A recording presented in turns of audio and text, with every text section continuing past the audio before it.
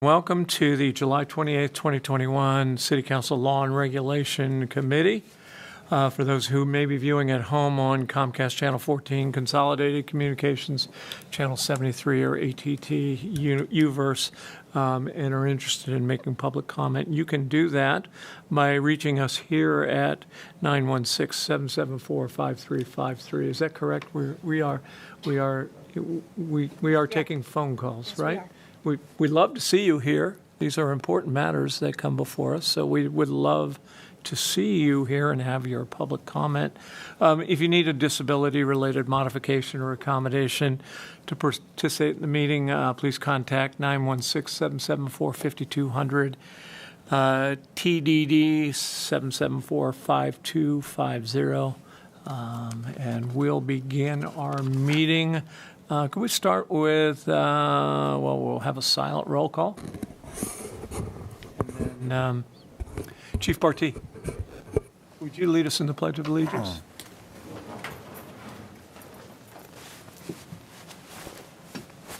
Pledge allegiance to the flag of the United States of America and to the republic for which it stands, one nation, under God, indivisible, with liberty and justice for all. Thank you, Chief. I hope your men and women are safe on the lines, fire lines out there. We'll start, as we do, with any public comment on non-agenda items. We'll wait a few minutes to see if anyone calls in at 916-774-5353. Nailed it. Memorized by now.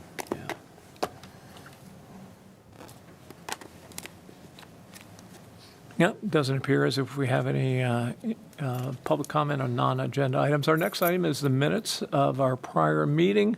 And those minutes, you gave me language, Helen, and I think I'm going to try to remember that language. Unless there are amendments, we will approve the minutes of the prior meeting by consent. Yeah, thank you for sending that to me last time. I didn't. So unless, Tracy, you saw anything on the minutes that need to be corrected, I didn't, so we'll approve those by consent. We'll begin now our regular order of business with reports and comments from committee and staff, and we'll have an update from Amber Blix with our electric department, electric utility, our homegrown, hometown utility. Good afternoon, Vice Mayor Haudeshelt and Councilmember Mendonça. Great to see you. I'm glad to be here today. I wanted to start out, as we often do, with our presentation with just a general overview of the legislative calendar and session. If we can put that up there on the first slide. So just some key dates to be aware of. July 14th was the last day for policy committees to meet and report bills. July 16th through August 15th is summer recess, so that's what we're currently in. August 27th would be the last day for fiscal committees to meet and report bills, and September 10th is the last day of session, with October 10th being the last day for the governor to sign our veto bills. So we're really over halfway of the session now, and we'll be moving on a fast track once we return after that August 15 date. Next slide, please. I'm sorry, could I just? Oh, yeah. So we're at the end of a 2-year session. No, we are in the first year of a 2-year session. Yes. So this year will go a little bit longer. No sign and die this time. No sign and die. Yeah, it will continue next year. Yes. So thank you for clarifying that. So a couple items that we're going to talk about today briefly is the state budget items, SB 129, which really is the Budget Act of 2021 that gets to the allocation of funds for utility arrears. That was a big issue that we've been following. We're also, related to that, is AB 135, which similarly talks about electric utility arrears as well, but it's more on the implementation and administration of those. So we'll dive into that. And then some of the state legislation that we'll talk about is on offshore wind generation, transportation electrification, greenhouse gas reduction goals, electric utility line clearances, firm zero carbon resources, and then small cell wireless facility attachments. Next slide, please. So as I mentioned in the opening, SB 129, you can really think of that as kind of the bill that just kind of allocated the money for a lot of these programs. And I'm going to focus on just the electric portion. This bill is very long, but I identified the sections that matter in my report. So this bill really calls for the Department of Community Services and Development to administer the California Arrearage Payment Program, referred to as CAP, and to expend just shy of $1 billion, $993.5 million, to reduce delinquent electricity and natural gas bill balances for customers that have been experiencing hardships from the COVID-19 pandemic. The inclusion of this funding was a real opportunity and something that we've supported throughout the state budget process this year from Roseville's perspective. So we really see this as a good outcome of some of these efforts. In addition to this funding, there was also an additional $518 million in support of the Low-Income Home Energy Assistance Program. This is kind of the traditional mechanism that income-qualified folks have been able to have access to pay their utility bills. Something that we generally are supportive of. And then another item on the energy side that I just wanted to flag is some investments in clean energy and zero-emission vehicle charging. That's a $400 million for expenditure by the Energy Commission to support efforts including long-duration storage projects and green hydrogen projects as well.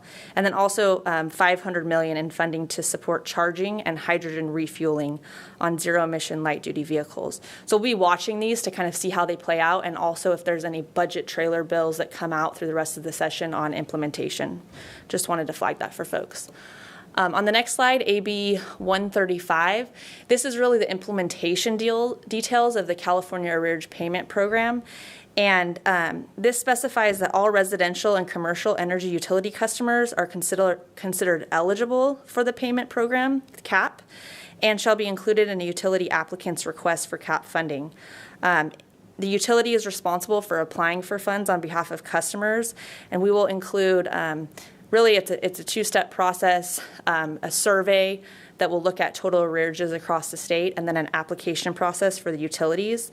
And we'll have to identify each utility account and the corresponding past due balance that accumulated during the COVID-19 bill period, which is from March 4th of 2020 to June 15th of 2021. And this is where we can provide financial assistance through these funds. We also need to prioritize the issuance of CAP assistance, first to residential customers and then to commercial customers. So there's 4 levels of priority there. And also there's disconnection restrictions. So we can't disconnect a CAP recipient utility service, regardless of the balance owed, after applying a CAP benefit for 90 days after a CAP benefit is applied. And there's other specifics on some of the disconnections there as well. As I mentioned on the previous bill, we've been very supportive of AB 135 because we think it's a really great opportunity to partner with the state to help a lot of the utility customers in Roseville, something that we've supported these efforts through this year. And also one other specific point that I wanted to bring out is that $298 million is specified just for customers of POUs. So of the $1 billion, about $300 million goes to POUs, and that was something that was important to us in our advocacy to ensure that publicly owned utilities didn't get dwarfed among some of the larger utilities across the state. So that was also a big success. Next slide, please.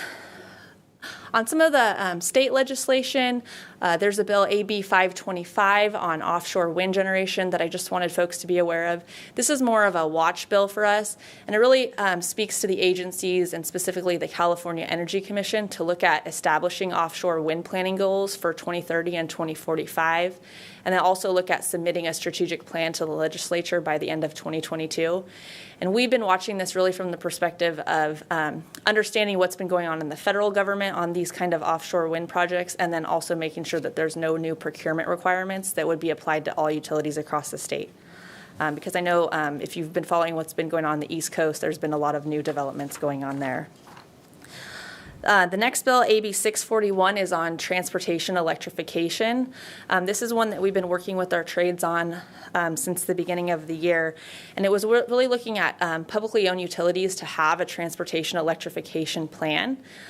So what's coming out of the bill now is it would encourage us to have a transportation electrification plan that looks at rate structures and rebates to the extent possible, rate structures and rebates that promote transportation electrification, customer education and outreach efforts, coordination with nearby utilities, and then programs in disadvantaged communities. One of the successes that we had in working with our trades to get amendments to this bill would allow us to address transportation electrification through our existing integrated resource plan. Originally, it looked like we would have to do 2 separate plans and kind of have duplicative efforts there when we're already doing some of this in our integrated resource plan now. I think the one thing that's important to note is that we'll just have to design our plan so that it's consistent with some of these requirements, but they are modeled a lot off of what we already look at.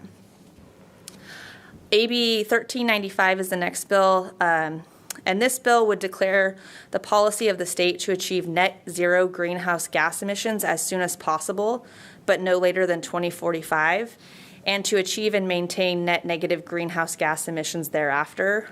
Also looking at human-caused GHG emissions to get to 90% below 1990 levels by 2045 as well, and to ensure that updates to the scoping plan identify and recommend measures to achieve these policy goals. So we've been watching this bill to understand how it will interact with the existing renewable energy programs and greenhouse gas emission reductions.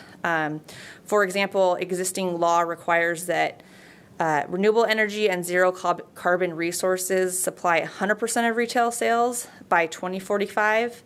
And this bill has had a lot of opposition from industry groups. So right now we're continuing to monitor whether the bill will continue to move on given that great opposition. So it's a watch for us for now. SB 396 is on electric transmission or distribution line clearances. It really requires the state to develop a standardized noticing content for clearances of utility lines. And it would satisfy the landowner notice requirement for vegetation abatement and trimming activities, including a description of the process for a landowner to exercise the opportunity to be heard when challenging the traversal of land or any trimming of trees. Also requires So basically it creates standardized content, and it would require the use of a certified arborist or a method identified by a certified arborist in the wildfire mitigation plan. And it would also require that the timber would remain on site unless the homeowner requests removal. This bill was recently amended to do this. It previously didn't. There was a bill in the legislature earlier this year that failed, so this was just kind of reintroduced last minute. So we've been working with our trade associations to advocate that this should be a voluntary, not a mandatory standard.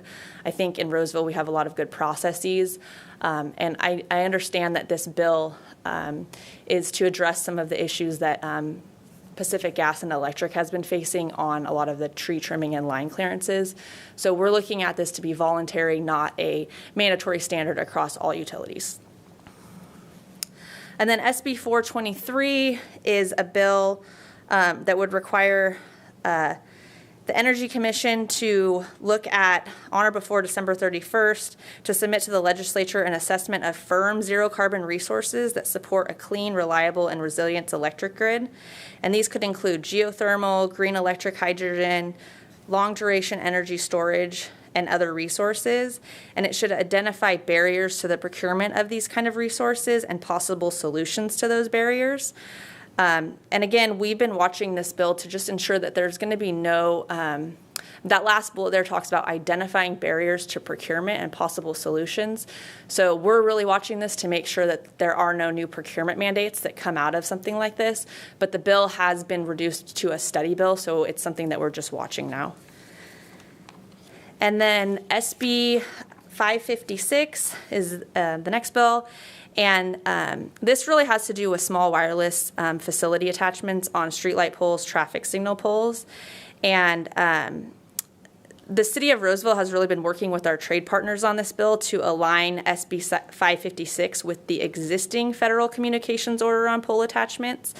Currently, this bill has some additional components, including different and accelerated shot clock timelines that differ from the FCC order. in which we would need to comply. And we have a pretty effective process here in Roseville for dealing with these and already have something in place on the communication attachment requests. So we think that aligning what the state is doing with what the FCC was doing would be a fair ask on this bill. And we were also requesting a sunset mechanism such that if the FCC order was overturned, then what the state enacts would also kind of become null and void as well.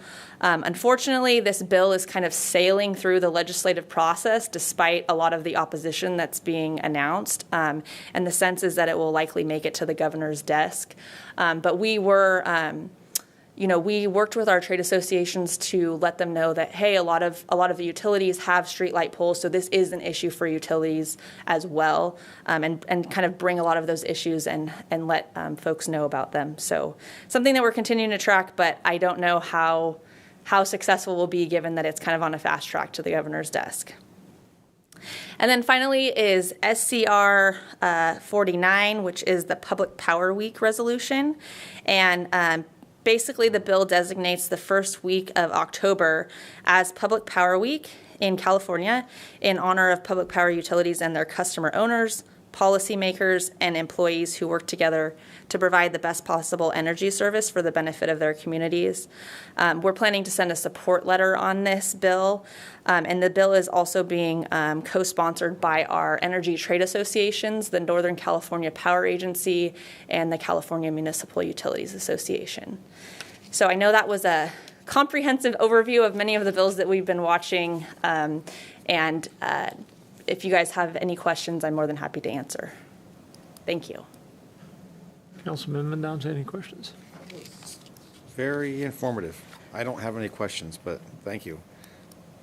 Yeah, I just want to make sure I understood right. So on AB 135, the arrearages, so that's from March of 2020 to June of 2021?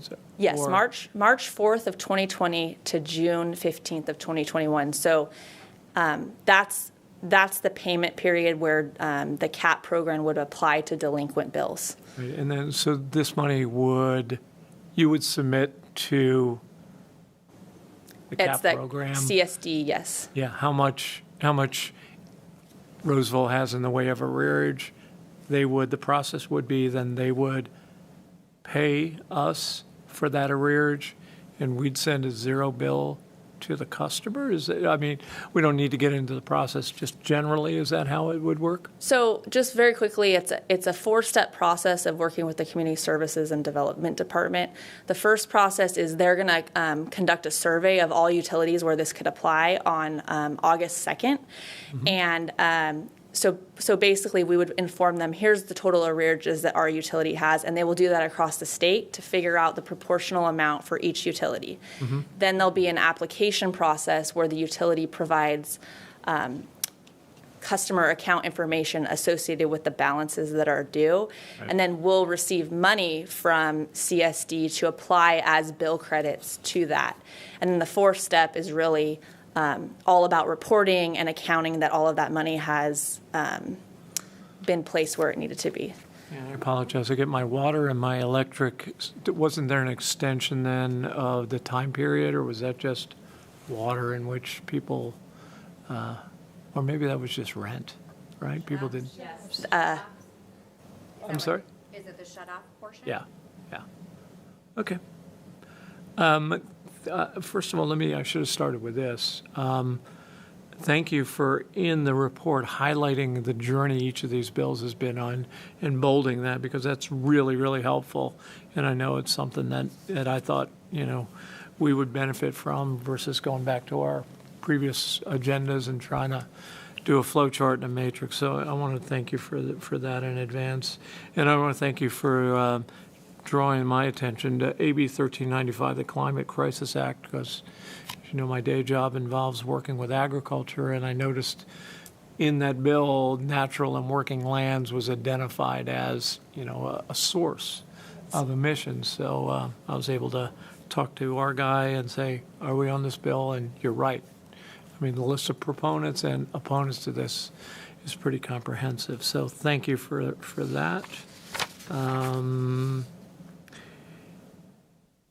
And then on 556, that's the real one, isn't it? That's the Yeah, real that's bill in this pile, isn't it? That's really trying to lock into state law what has already happened at the federal level, but with more difficult timelines to meet, I would say, and probably there's some other different things that need to be tweaked in there as well. And was the author or the staff to this a basketball fan, and that's why shot clock got put in there? I mean, is shot clock a term of art, actually, or is it just another way to say the time period in which you have to address this is shorter than normally? Yeah, I think it's been something that's been referenced in the small cell world, I'll call it, for some time now. So I think they're using kind of existing language and terminology that has already occurred at the federal level. All right. Amber, thanks very much. Thank you. Anyone who's interested in making any public comment on that, you can do so by calling 916-774-5353. And as always, I think we'll take public comment after, someone wants to write an email on any of this after our meeting. There's no prohibition against that, is there? These are all informational items just to make sure we're not, we're on track. Let's go to my favorite subject, wastewater. Wastewater or water? What do you want to do? Just don't waste water. Time for wasting water. Good afternoon, Vice Mayor Haudeshelt and Councilmember Mendonza. I will be covering all of the divisions within EU today, Including solid waste? including solid waste, which is called Waste Services. Oh, I forgot about the rebranding. Yes.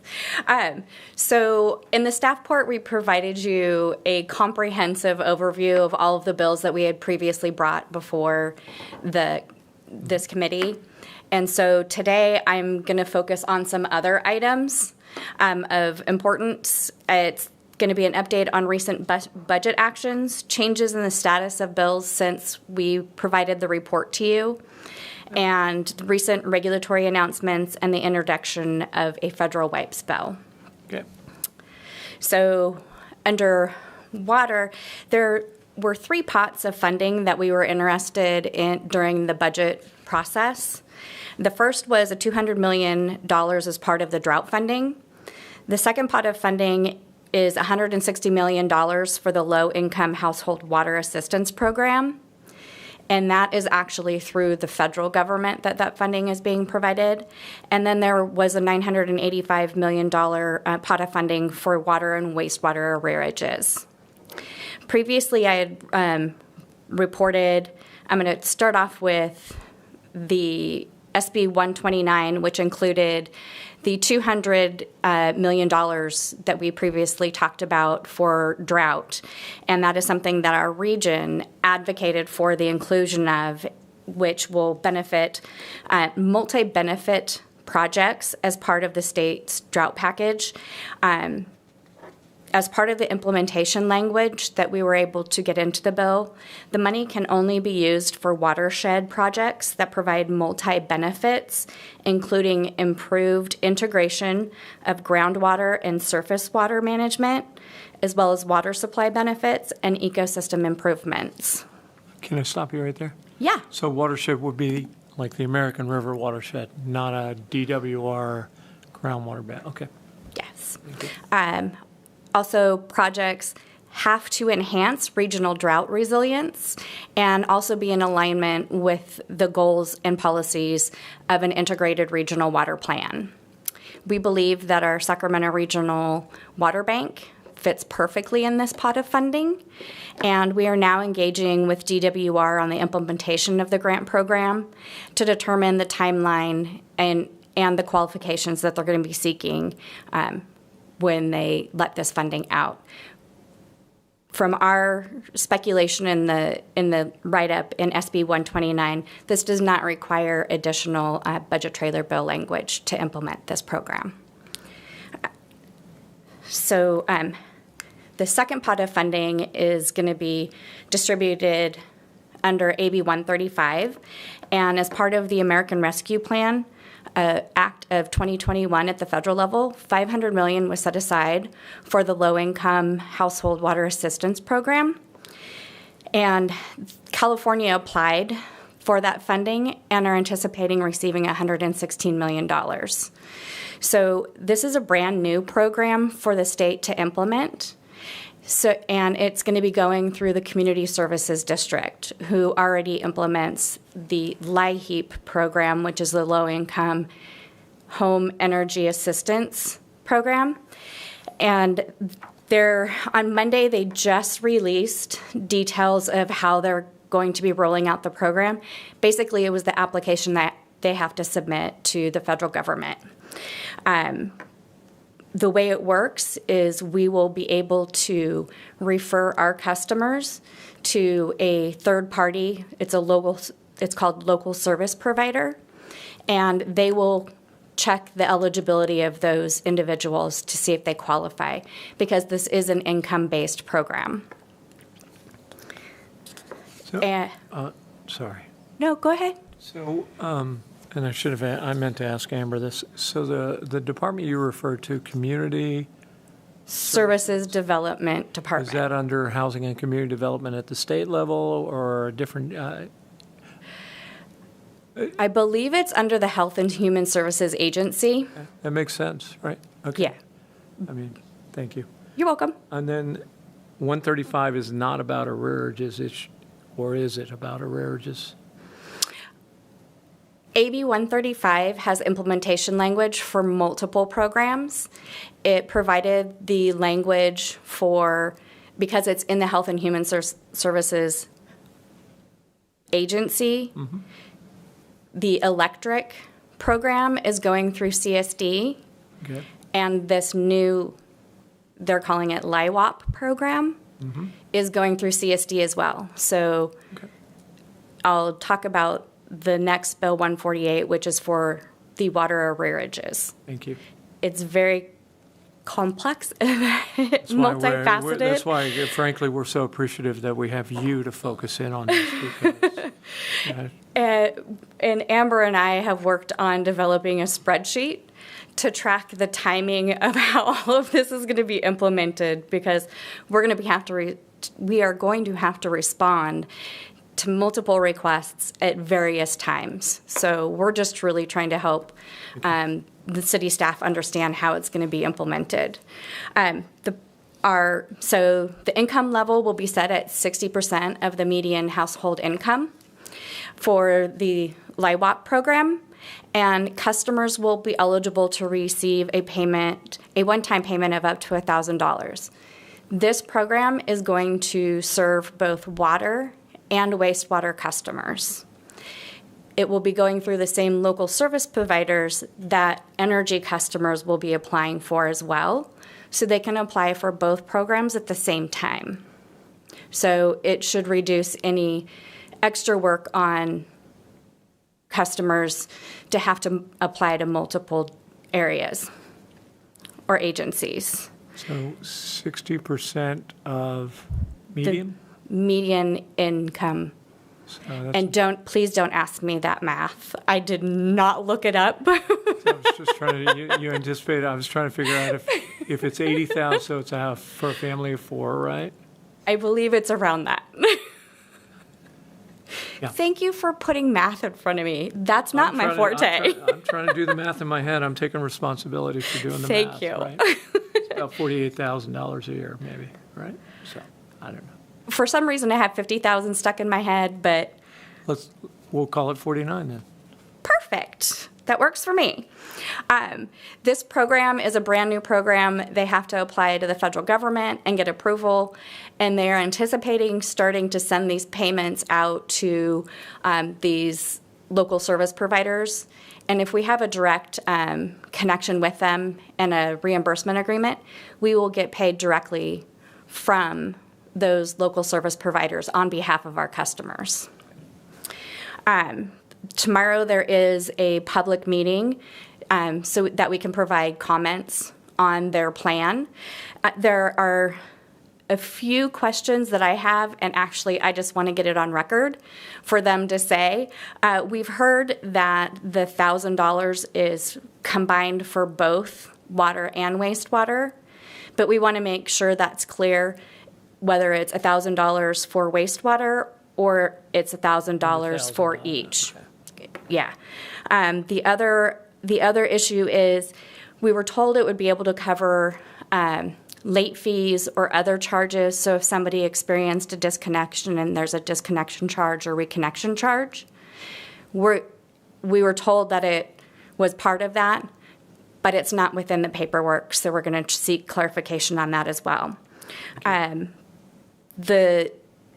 Unlike the other arrearage programs, which is defined by a certain time frame from the March 4th, 2020 to the July 15th, 2021, this program doesn't have a specific date, and we were told that people could apply if they had arrearages prior to COVID. So that would be another clarification. And the biggest issue that we have is that the program requires somebody to be either shut off or they have to have paperwork showing that they're going to be shut off. That's fine on the water side. On the wastewater side, we can't shut anyone off. And if that's a requirement, we need to have another way of verifying that they would be able to. So one of the points that I'm going to be providing is that it should be based on if somebody is under the threat of having a shut-off on the water side, that then that would be considered to be a shut-off on the wastewater side. And then finally, on the federal side, I came in and told the council that we had submitted several earmark projects or projects for potential earmarks at the federal level. We're excited to be back to let you know that one of our projects is moving forward, and that's our joint PCWA Roseville project, where we're seeking $3.5 million from the federal government. Both Senator Padilla and Senator Feinstein submitted our project in their request to the committee to be funded. So it has a long ways to go.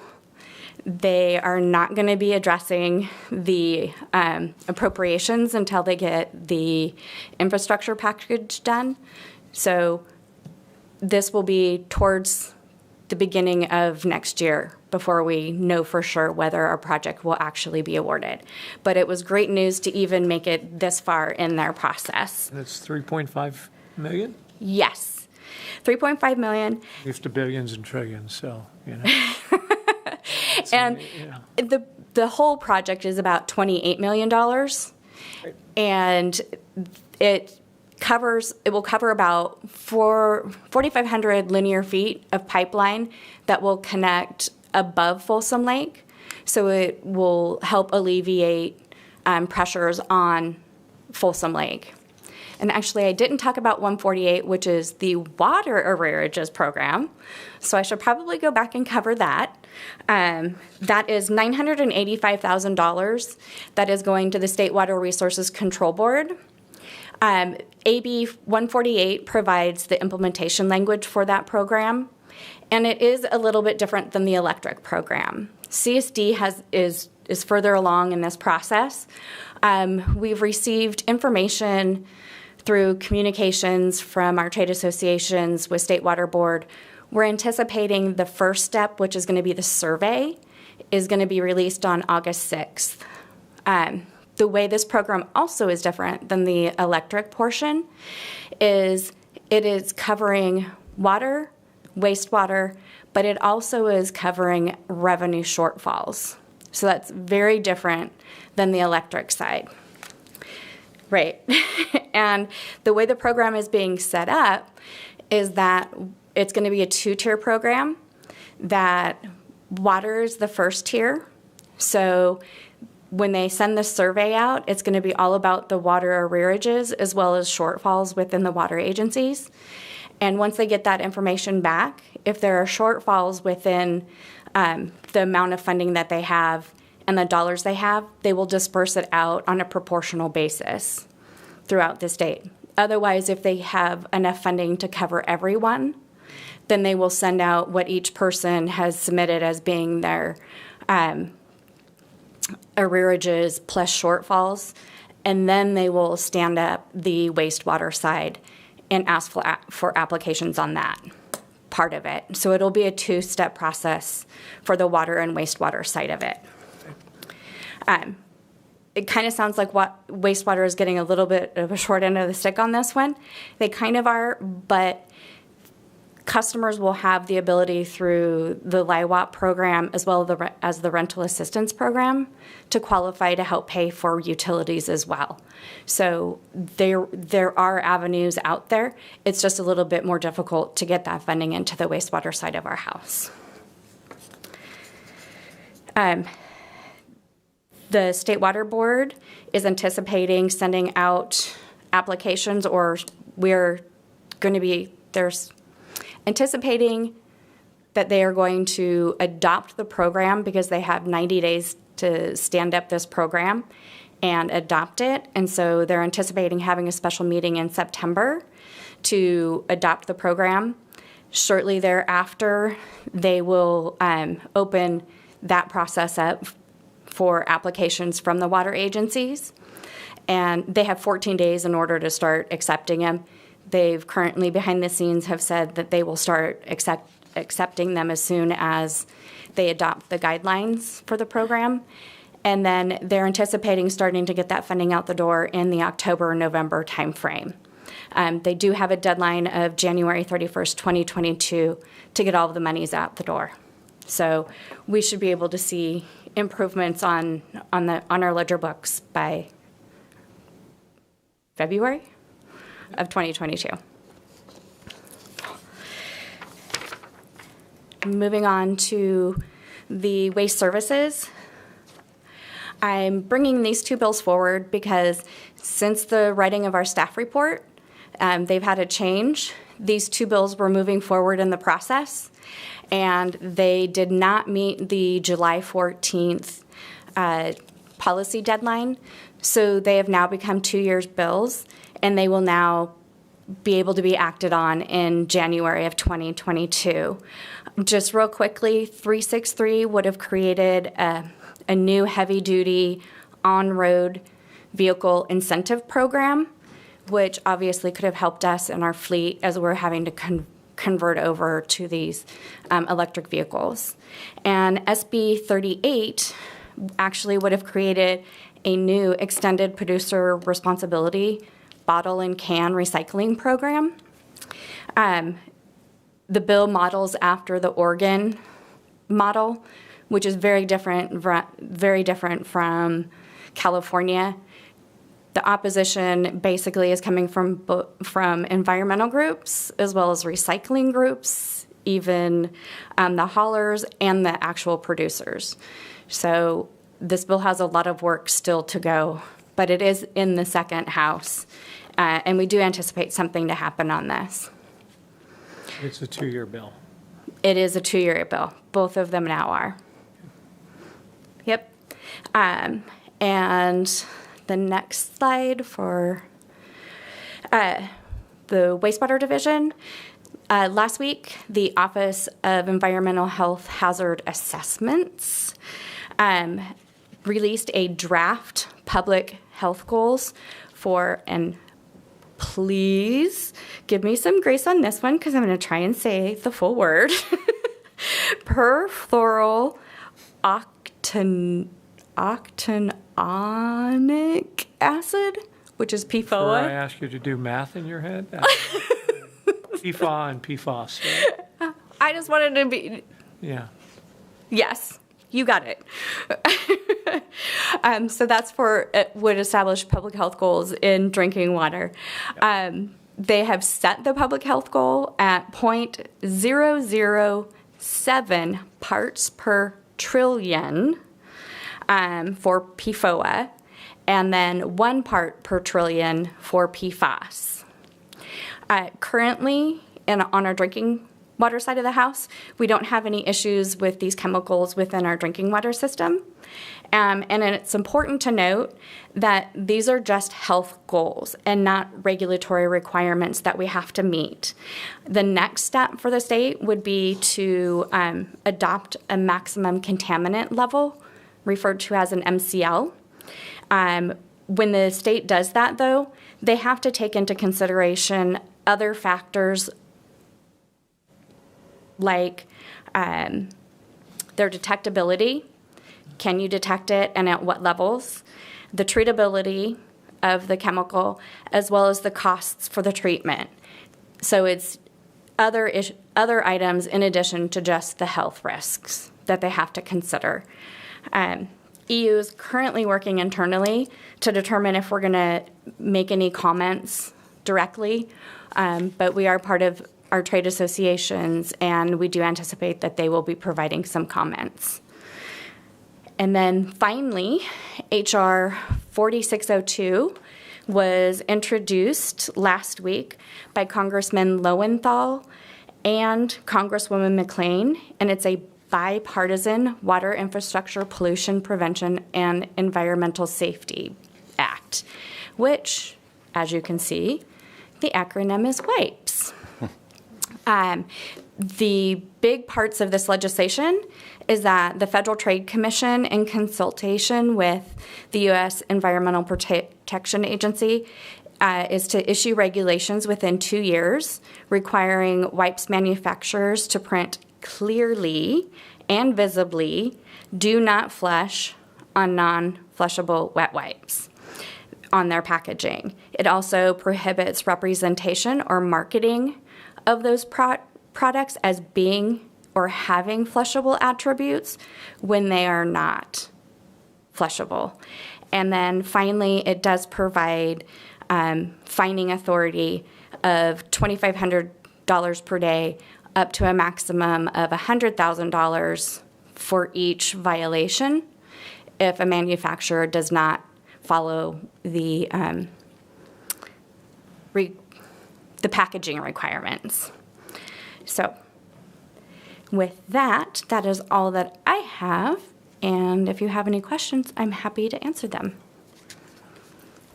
Councilmember Mendoza. Nope. Actually, I had one question, but looking at my shorthand here, I think you covered it actually. So, well, just in case you didn't, just for my clarification. So, one of the follow-up questions you're coming back with on the it was whether or not it was $1,000 combined for water And wastewater for the LIWAP program, the Right. low income, yes. So that hasn't been determined yet. That's a question we're coming back with. Or you're presenting. We've heard verbally from them behind the scenes that it encompasses both of them, but in their paperwork that they're submitting to the federal government, it does not state that clearly. Okay. So I want to get on a public record and a public forum what that breakdown is going to actually be. The fact that it wasn't reflected anywhere in the paperwork, that was the part I missed. Okay, thank you. Yeah. Great. Now, you answered all my questions during your presentation, so thank you for allowing me to just jump in there. We'll take any public comment. You can call 916-774-5353 if you want to comment on any of the water, wastewater, and waste division. Waste services, which I assume from my conversation with Mr. Walensky is why we have a lot of electrification grid things under your report, right? So there's some, because that's fleet management, right? Waste services does fleet management as well, right? No, you don't have to. We have, because of the unique program that we have created between the wastewater side and the waste services side, because of the combined project that we have between the wastewater side of the house as well as the waste services, the refuse fleet, Right. That's why we have jumped into that whole realm, because the way they're implementing the regulations for the heavy-duty fleet is impacting the way our program is can be implemented and whether it's going to be, we're going to be able to get that return on investment. So that's why we've stepped in on it. Thanks. All right, we have no public comment on this. Mr. Walensky, we'll go to your report. Very good. Thank you. So good afternoon, Vice Mayor Houdesheld and Councilmember Mendoza. Once again, I'm Mark Walensky, the Government Relations Administrator, and I'm joined this afternoon for this presentation by Rob Becerra, the Police Department's Public Information Officer. Our presentation is an overview of the city's priority list of legislation and other areas of concern or interest. So as you have heard, earlier this month, the governor signed and enacted the 2021-22 state budget. The budget includes the biggest economic recovery package in California's history, a $100 billion California comeback plan. The plan focuses on providing relief to those who need it most and major investments to address the state's most persistent challenges. During the past month, staff has continued their work on tracking and advocating on legislation that's important to the city and the departments within the city. Our report this afternoon includes an overview of some of the key priority bills with a particular focus on public safety, housing, homelessness, information technology, and the federal infrastructure package. So transitioning to public safety legislation, I'd like to turn the presentation over to Rob Becerra, the Police Department's Public Information Officer. Thank you very much, Mark. Council members, Vice Mayor, nice to see you today. I'm going to cover 7 pieces of legislation, and I will start off by saying we've talked about all of these before, and so really this is an update of where they are in the legislative process. And my report is going to be rather quick because I'm just going to give you a very high-level view of where they are and some of the changes that have happened. The first that we see up there, AB 89, peace officers, minimum qualifications, and SB 387. So these initially started out as the 2 conflicting pieces of legislation, and if you notice, we've actually changed our position on 89 to support. One of the things that has happened is many amendments were made through the process where a lot of the pieces in SB 387 were merged in. One of the primary things that was changed was lowering the age threshold, where it was recruitment for police officers had to be 25. That has now been lowered to 21. One of the other things that has been added in that is interesting for the law enforcement profession is some of those pieces in 387, which is it's going to be additional post-training or a bachelor's degree. Now, this additional post-training, we can almost call it equivalent to an associate's degree. And it's the first time where there's going to be that designated level of training for a police officer. They're still going to have to go to the police academy, but there's also some advanced education training that they're going to have to qualify as a peace officer. So we were happy to see those amendments. Again, this is great work done by Cal Chiefs and CPOA to get some movement on this piece of legislation. So we're happy with where this is. 387 is in the Senate inactive file. And most likely we won't see that moving at all since it's in the inactive file. So a good adjustment that was made. SB 2 is a high likelihood that it will continue to move forward. If you recall, SB 2 was one that we had really pretty significant concerns about initially, and this was peace officer certification, civil rights, and this is where we had that conversation about qualified immunity disappearing. And through the amendment process, we are happy to see that one of the big changes is an officer someone cannot bring a suit upon an officer for a civil action for a specific instance. And so that was one of the big things that we had some flags about. That language has been lessened and adjusted. We're still holding an opposed position because we feel like there's more to be done here through the amendment process, but we do feel like SB2 has a high likelihood of continuing to move forward. So it's currently re-referred to the Committee on Public Safety after some amendments have been made.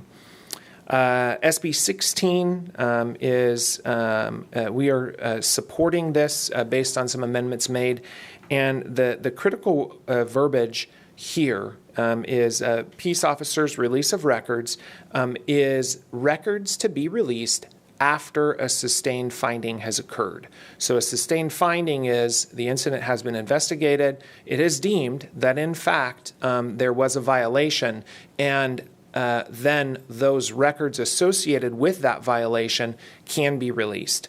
This is something we fell in line with Cal Chiefs, where it's just everybody loves the word transparency, but this is one of those pieces where it does provide some great clarity into an incident that is sustained. So we are supporting SB 16 as it moves forward through the process. Moving on to SB 210. This is the LPR, the conversation we had about the restrictions around license plate readers. This had high traction going through, but the author has pulled back. This is currently being held in committee. We actually don't see this moving forward currently because of some of the comments that the author has made. So we were not in support of the restrictions on the LPR data retention, so that is currently being held. Moving on to SB 98. This is the discussion we've had about peace officers and media access into command posts. We have significant concerns over this. This is continuing to go through the amendment process. It's currently been re-referred to the Committee on Public Safety. We continue to advocate against this piece of legislation that is SB 98. But it is something, this is now becoming the more significant one we're watching, where the media will have access to police command posts. AB 331 is the last, second to last piece. One I didn't throw on the agenda, but AB 331, this was around organized theft and organized retail crime. This actually was just signed and enacted by the governor. He held a big press conference about it, and this ended up being a very reasonable bipartisan effort to bring back that classification of organized retail theft. Just as a reminder, it was something that sunsetted, and it required the legislature to bring it back up so that it kept the CHP task force together for organized retail crime, which is, I talked to somebody from the CHP yesterday, they were very happy about, and it continues to have the ability to organize retail theft be used as a crime type. So in support of that, happy that it's enacted, and that was a good win for something we were following closely. The last thing I will mention very briefly that is not on the slide, because this just actually was signed and enacted 2 days ago, is AB 1475. As a public information officer, this is something where it's going to have a little adjustment for how we post mugshots on social media. So the AB 1475 that was enacted prohibits police departments from posting mugshots for nonviolent crime. So if you follow our social media channels and you see an adjustment for how and what we post on our mugshots, you'll know that it's because of AB 1475. That's all I have. Any questions? Councilmember Mendoza? I have a couple, so I'll just work in reverse since you brought up AB 1475. Is there any pushback on that you're hearing? Great question, and I will. I'll tell you there. Our police chief actually took a very different strategy for posting mugshots, and we actually started making some of these adjustments months ago, where we stopped posting for drug offenses, things that were nonviolent in nature, and moving our threshold to Is the suspect outstanding? Are we still trying to identify someone? Is there potentially other victims in the community? So those are 3 reasons why we would post a mugshot. And we've gone away from a drug charge, a DUI charge, something of nonviolent nature. So not a lot of pushback from I'll say from the police department. Okay, fair enough. And then on AB 89, on the peace officer qualifications, so I just had a couple follow-up questions. So I know that originally when you brought this to us a couple meetings ago, that within that, the Roseville Police was looking at a I don't want to say workaround, but a pathway for our CSOs, who were in the process of either thinking about going to become a full-fledged officer or were on the fence about the academy or whatever. Is that still something that we're going to work in? Yeah, I think our department has to come up with an appropriate pathway, whether it be formal or informal, but a pathway for someone to work through that process, as you just said. Fortunately, we have a little bit of time to come up with that process, but it likely will be informal. And I think the conversation we had was SAC PD has a very formal program where you start as a CSO and they have a trajectory that they can put you on to become an officer. It steps out, yeah. We have a lot of CSOs who they're going to retire as a CSO. They spend their career in that position. And so I think we're going to find a balance where we can support those individuals who love that line of work, but also find that path for someone who wants to be a police officer. Now, we do have the trainee position, which is kind of our closest alignment for that, where we support them going through the police academy. But this AB 89 for the peace officer qualifications, so do we designate our CSOs as peace officers? Because it wouldn't be, they don't carry firearms, so they're not, okay. And then would that be a bachelor's degree in any field, or is that specific to criminal justice? At this time, it's not specific to criminal justice. And so I think, the point of the legislation is I think they're trying to just bring more educated individuals into the field. And so it could be, sociology, psychology, education, anything. There's no restrictions on the degree. Great. And then in some cases in the military, you can do a 2-year versus a 4-year commitment. Would military training and service, does the bill expand on that at all, or would that person? And I would say that's the best question overall, because the answer to that is it's unknown at this time. I think we obviously we have to find a way for our service members. We have to find a path for them to come into policing. And is the answer going to be they do their military service, then they complete that 2-year program, then they can get into a career in policing. That's what it looks like now, but I'll say I'm confident that that's one of the things we're going to work on as we implement this. Yeah, good. Thank you. I appreciate I think this is a good idea. I mean, I know originally 25, someone in law enforcement, it's not for the faint. So if you did your 20 years, that puts you at 45. You're still young enough, assuming you didn't have a rough go of it, to maybe launch a second career or enjoy your retirement. But at 21, I mean, heck, I'm looking at that. You're 41. Mm-hmm. I mean, we have the opportunity, because you wouldn't age out, to get some officers that go beyond their 20, mm-hmm. And we wouldn't have the issue that we're starting to see amongst not only our police, but all of our departments in the city, where knowledge is going out the door after 20, 30 years, and the struggle of getting people to come into these particular jobs, mm-hmm. That there's a huge gap there.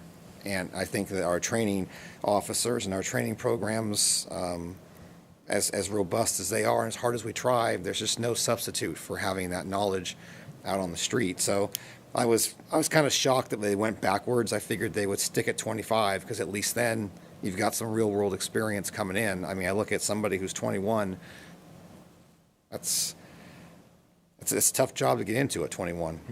You know, not having a lot of, years between high school and taking on a job like that. I would say, police and fire, and then some of our other, jobs too. It's, I'm just really surprised, but okay. I appreciate the answers on my other 3 questions, so thank you.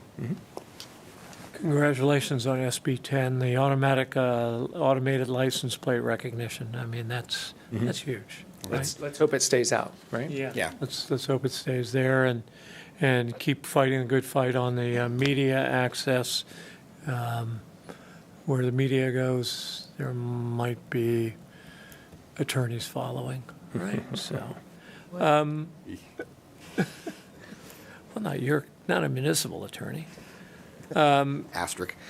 SB 284, workers' comp and firefighters, peace officers' compensation for post-traumatic stress. I see that on there. I just wanted to raise that because for those who are watching or will view this at a later time, there's an awful lot on here that you brief us on, both in our electric or environmental utilities and in this area. So there's a lot here that you track. So thank you for that. And I'm looking forward to seeing you and others on National Night Out next week. Yeah, thank you. Thanks for coming for both of you. Thank you. That's it. Thanks. Mr. Walensky. Okay, and finally, several other areas to cover quickly. Housing, homelessness, information technology, and the federal infrastructure bill. With respect to housing, the bills that I'm reporting on have previously been brought forward to the committee. Just to give you a status update, SB 6, the city had taken an opposed position on this bill as it would allow a by right development of housing in commercial zones without regard for use compatibility. The bill is passed the Senate and is in the Assembly and remains active. Senate Bill 7, the city had taken an opposed position on the bill due to requirements of new requirements for environmental impact reports. Unfortunately, I have to report that the bill was passed by the legislature and has been signed by the signed into law by the governor. Senate Bill 8. The city had taken a watch position on this bill, and as you may recall, we took the position because we were concerned about the non-substantive changes that were being considered in the bill, and that oftentimes a bill with non-substantive changes turns into a vehicle or a tool for the legislature to make more substantive changes. I'm happy to announce that while the bill remains active, the changes in the bill remain non-substantive. So we'll continue to watch that bill as it moves forward. With respect to homelessness, AB 411. I'm sorry. Did you wrap SB 9 into that conversation? I saw it there. I didn't have SB 9 as part of the presentation, but I can let you know that SB 9 continues to be active. The city has taken an opposed position on the bill, and we will continue to remain actively opposed to the bill. You've communicated that with our Assembly member, Kylie? Which one's SB 9? We have. SB 9 is the housing development. It's right. the one that takes local control away from. Correct. And 9 and 10 take local control away from. And we've had conversations with the Assembly member staff and have expressed our concerns. Thank you. Welcome. With respect to homelessness, AB 411, this is a watch bill. The city's taken the watch position to understand the full outcomes if a bond was passed and the types of resources, funding, and programs it would provide to local governments and homeless service providers. It was held in committee and is now a 2-year bill. AB 816, the city also had taken a watch position on this bill to understand what the state would do with the information if this bill was signed into law, what new requirements the city might need to fulfill, and what implications this might have on the city's efforts to address homelessness. The bill passed the Senate Committee on Human Services and has moved to the Committee on Appropriations. And then finally, SB 678. The city had taken a watch position on this bill to understand what programs and resources might become available to help women experiencing homelessness and how the city and its partners could access these new resources. The bill has passed the Assembly Committee on Human Services and is on to the Committee on Appropriations. With respect to information technology, the first two bills, AB 14 and AB 34, we're not quite sure what will happen with these two bills, but I can report that the governor earlier this week did sign a multi-year, multi-billion-dollar broadband package. And so because of all of that money that's included in that package, it's uncertain what implications it might have on AB 14 and AB 34, but we'll continue to track and watch that moving forward. With respect to AB 1391, the city had taken a support position on this bill for the new protections it would provide to people victimized by hacking incidents. The bill would make it unlawful for a person to sell, purchase, or utilize data that that person knows or reasonably should know has been accessed or obtained through the commission of a crime. It passed the Senate Committee on Public Safety and is moving forward. And then finally, AB 809. The city has taken a support position on this bill as it would address weaknesses in the state's information security. It would seek to formally adopt information security standards and implement consistent oversight of these standards to ensure that state agencies and departments must comply with standards and protocol. The bill was held in committee, and so at this point it appears that it is a two-year bill. Other areas of interest include AB 339. The city has taken an opposed position on this bill as it would be very costly to implement the new requirements since the bill does not provide funding for this new mandate if the bill was signed into law. The bill also creates additional issues regarding real-time translators and translation services during in-person or virtual meetings. The bill passed the Senate Committee on the Judiciary and has moved to the Committee on Appropriations. SB 278. The city has taken an opposed position and remains opposed to this bill, as the bill would require public agencies to directly pay retirees and/or their beneficiaries disallowed retirement benefits using general fund dollars. This change would eliminate any incentive CalPERS has to properly calculate benefit payments and would place 100% of the total liability for disallowed retirement benefits on public agencies. Can we double oppose that? I'm sorry? Can we double oppose that? Yes, exactly. And the bill has passed the Assembly Committee on Appropriations, but has moved to the suspense file. So we'll continue to watch to see what happens and whether or not it comes off the suspense file. Thanks. SB 341. The city had taken a support position on this bill. And it has passed the Assembly Committee on Emergency Management to the Assembly Committee on Appropriations. And then finally, a bill that we brought to you in the first meeting this year, AB 1322. Unfortunately, we have to report that this bill has become a gut and amend bill that now relates to greenhouse gases and would require the State Board as part of the next scoping plan to develop a plan consistent with federal law. So we are just watching this bill to see what happens with it with respect to the gut and amend status of it. And then finally, federal infrastructure. On June 10th of this year, the House Transportation and Infrastructure Committee approved its $547 billion five-year surface transportation reauthorization, or known as the Invest in a New Vision for the Environment and Surface Transportation in America Act, or the Invest in America Act. I can report that this has been a rather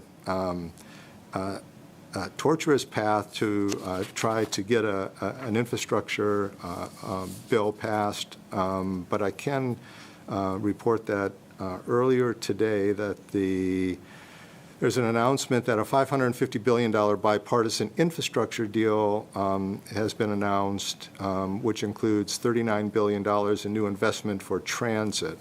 So there's still a great deal of work to be done before this bill would be finalized and sent to the president's desk for his signature. But there is movement, which is very positive. And the Senate is expected to take a procedural vote next Wednesday to pass and advance the bill through the final legislative steps. And with that, staff will continue to define the priority list of legislation, and we'll update the committee on the most critical bills on the list. And we will continue to work with the city, state, and federal representatives regarding the city's position on legislation and regulatory matters. And with that, I'm happy to answer any questions you might have. Councilmember Mendoza, any questions, comments? No, I had questions on AB 411, the veterans homeless, and then the SB 678. But Mark, your explanation after the highlight of it answered both my questions, so thank you. Very good presentation. Thank you. Yeah. No, I don't have any questions that you didn't already cover in the staff report, the written staff report, or your presentation today. We'll take any questions from the public. Again, the number is 916-774-5353. We'll allow a few minutes.